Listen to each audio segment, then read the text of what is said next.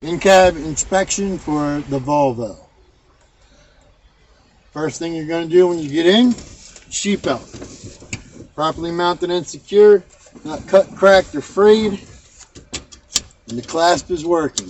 Undo it, back in, go like that, give it a little tug. Second thing, turn the key to the on position. My ABS light comes on and it goes back off. Now I'm going to perform a safe start. My brakes are engaged, my selector's in neutral, and I start the truck. As soon as the truck is started, go right into your gauges. My fuel pressure should be between 30 and 60. It is currently at 30. Water temperature should be between 180 and 200. It is currently at 170. Go to my air pressure. My air pressure should be between 100 and 125 psi, and it is currently at 110. Then you have to do your voltage, which I have to find.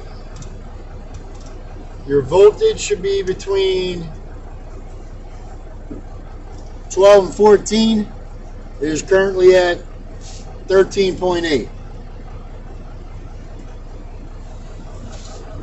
Then I go to my mirrors. My mirrors, properly mounted and secured, not cracked, broken, or damaged, and adjusted to my liking. Then I come to my windshield. Windshield is properly mounted and secured, not cracked, broken, or damaged, and there is no illegal stickers to abstract my view. Then I go to my windshield wipers. Properly mounted and secured, not bent, broke, or damaged, and they are in good working order.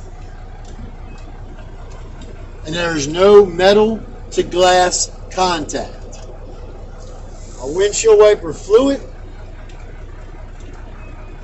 is working properly. Okay, let's see. Now, that brings me to my turn signals. Indicators.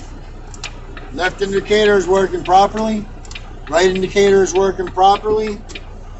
My high beam indicator is working properly. It's down here in the corner. And my four ways are working properly. Then I bring my hand over to the steering wheel. My city horn is working properly. My highway horn is working properly. Then that brings me over to here.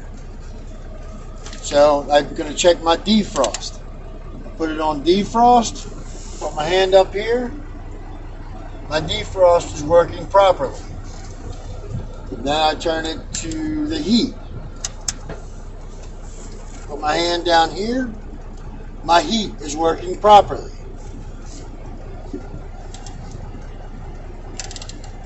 Then the only thing that's left for the in-cab inspection is to do your tug test and your service brake. Sit down. So to do that, I'm going to do my trailer first. So to do my trailer, I push my tractor brakes in,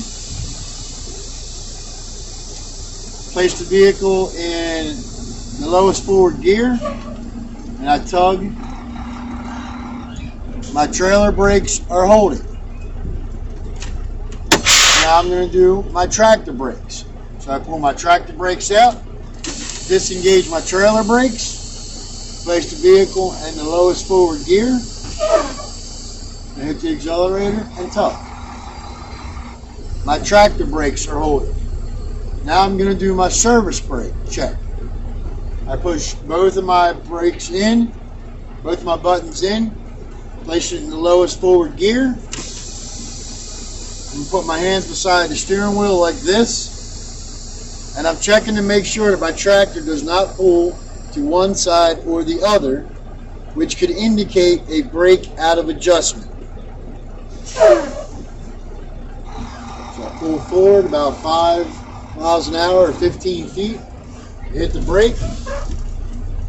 My tractor did not pull to one side or the other.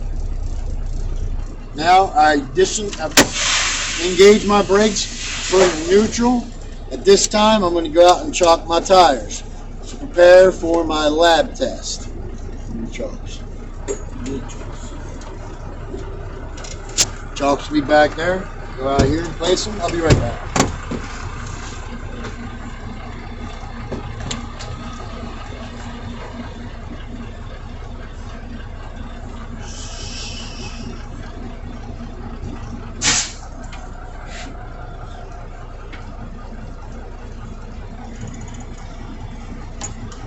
Okay, now that my wheels are chalked, get back in, put my seatbelt back on,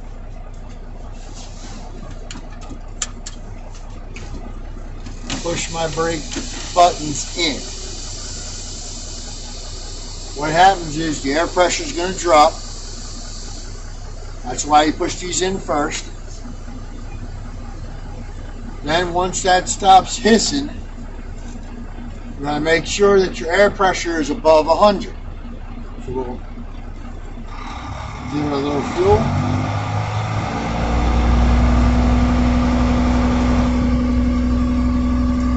Now my air pressure is over 100.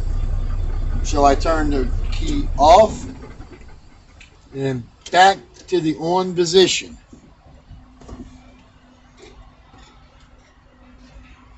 Then I turn to the examiner and say, now I'm prepared to do my lab test. Lab stands for leaks, alarms, and buttons. So I'm going to do my leak test. I'm going to depress my service brake for 60 seconds, and I should not lose any more than 4 psi. Then you execute. He'll be sitting over there timing it. And he'll say, okay, long enough. So then you tell him the result. I did not lose any more than 4 psi. Now I'm going to do my alarm test.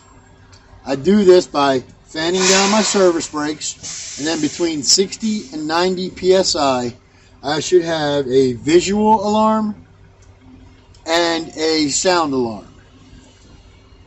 You'll say okay, and then you go ahead and you execute. You only have to do that right there. You don't have to jam the brakes to the floor. It's not a race. You just take your time and fan the brakes down.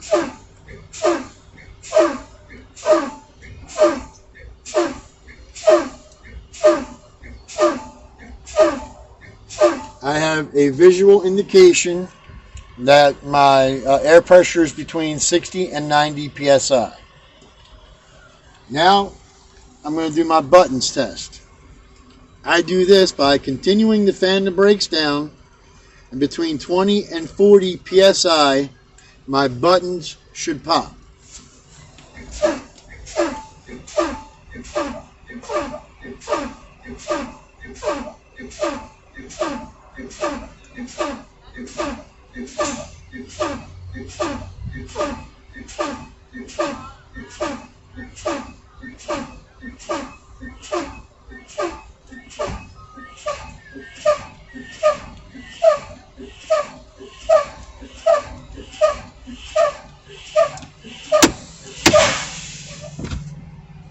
Both of my buttons have popped, and this completes my lab test. And then he'll say, okay, very good, fire your engine back up, allow the pressure to build, clear your chalks, and move on. We'll move on to the skills test. Okay,